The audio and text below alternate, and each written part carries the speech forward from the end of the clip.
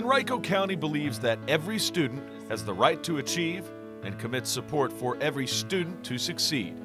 Nowhere is that more evident than during this past year, when teachers and staff throughout the county committed to increase their focus on literacy with a wide range of efforts. Because it's step by step, a little bit easier for them to follow.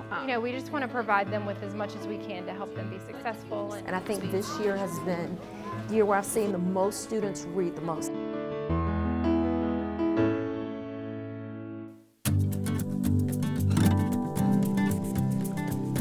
Daily 5 is basically, it's kind of a management system for our small group guided reading. So if I have a group at the table, we want the other children to be independent and engaged in reading and writing. So they have different choices.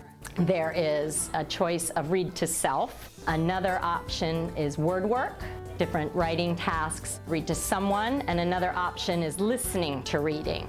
It's about 20 minutes that I have a reading group at the table, so they need to be independent and engaged in text for about 20 minutes.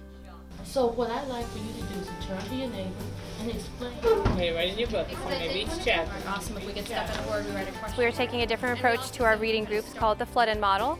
And in this model, we literally flood teachers into the whole grade level during our reading group time, so that every student gets to meet with a teacher at the same time every day. Would you be thinking our first subject? We have 4 second grade teachers, and we take 2 shifts. So 2 teachers will do flood-in at one time for 30 minutes, and then the next 2 teachers will go for 30 minutes. With the 7 teachers doing groups, there are no more than 6 students in each reading group. The one we're going to be working on today is somebody wanted but so then, right? We were working on one of our Cerevala strategies that we've been using all year. It's the somebody wanted but so then. It's a very commonly used reading strategy where you basically identify a problem and a solution in a story, and you're able to summarize and retell what you've read. So it holds them accountable for what they've been reading, and it's short and sweet, so it's not something that's overwhelming for them. What was the problem in this story?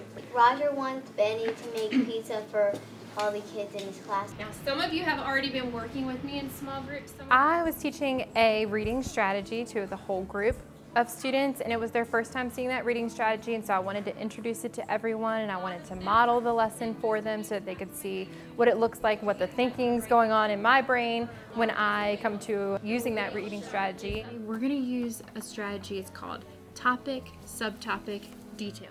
Then we have them come into a small group so that we can, tailor that instruction to really benefit them. I improved a lot because of her. She teaches some new stuff about reading. When we're doing a reading passage, we have to actually think about it. Don't read it once, read it more than once. I want to see what details you would write without my help. Jeremy, what would you like to put into In our classroom, we have a wide array of needs, and so when we do lessons, we have to differentiate a lot. We may have to show one child a visual, or for a child with a visual impairment, do a background. So we were trying to differentiate in that sense. We used a lot of vocabulary related to the unit, which was our healthy eating unit. And we used the word recipe, and what does blending mean? It means mixing, and the research supports that it doesn't matter how young they are, it doesn't matter if they have delays or if they're typically developing, that it's just important to have vocabulary used throughout the day. one more ingredient? Good job. How does that support that they become close together? This past summer, I received $1,000 worth of books, and it was awesome. The students can select any books they want. Once they finish one book, they turn that one in, and they actually select another book. They started out by using just the books on their list, but then as I noticed, they started talking to each other about the books they were reading. This year, the teacher inspired me to read more. I read 29 books. Last year, I only read 12. And more chapter books.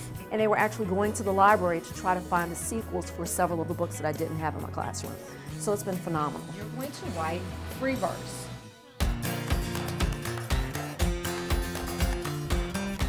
Our reading coaches help me implement a reading mat during our students' read to self time during Daily 5. And it helps the students stay organized and focused on their books that they need to read. So every day they take their stack of read to self books and they put them on this side with the green dot. And they know that they have to read each book one time, and when they're done reading it, they put it on the other side. After they've read through their stack one time, they move it back over to the green side and they read them again. And after they've put them over to the other side, they're welcome to pick and choose a different book that they would like to read from the book library. And what activities we need to do, and why I would ask you to annotate using the close reading mat. We have to make sure that it really addresses their reading problem. Hooray! Shouted Martha. And Sonia's family was no different. So let's look at the first paragraph, and I want us to think about what are some details. And we want to welcome you to our first ever One School, One Book.